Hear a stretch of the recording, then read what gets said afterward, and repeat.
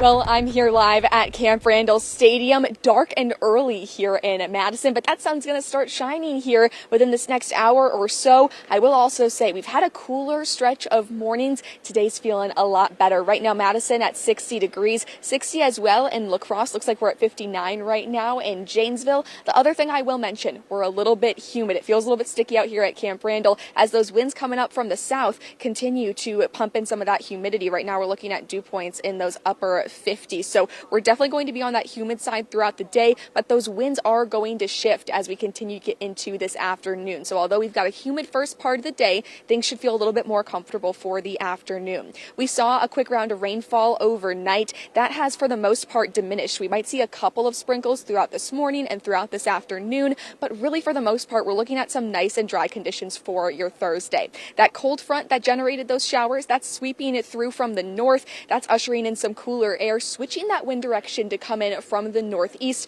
That's where we're getting some of that cooler air from for this cooler stretch of days. Just behind that cold front, we've got a high pressure system, and that's helping clear our skies. So although we're on the cooler side, we've also got some sunshine to talk about for your holiday weekend. Looking throughout today, we're going to see that sun come up, starting off just a little bit cloudier, but by the time that we're hitting the road to head into work, that cloud cover is really going to be on the lower end. We stay nice and clear through the afternoon. Once again, a couple of real quick sprinkles are possible to pop up just because of that moisture we've got in our atmosphere right now, but really for the most part, not expecting too much out of those. 8 o'clock, right as that Badger game starts, we are nice and clear here in Madison. So conditions should be perfect for that first game day, and we're going to stay clear overnight as well. Continuing into this afternoon, I mentioned that wind shift. They're going to pick up just a little bit as well, closer to 10 miles an hour as they shift to come in from the north. So expect a couple of quick breezes throughout the day, but for the most part, things are going to be looking nice and calm. And of course, we've got to take a look at those temperatures as they're slowly climbing throughout the day. We're going to be looking at highs right in those mid to low 70s across the southern half of the state.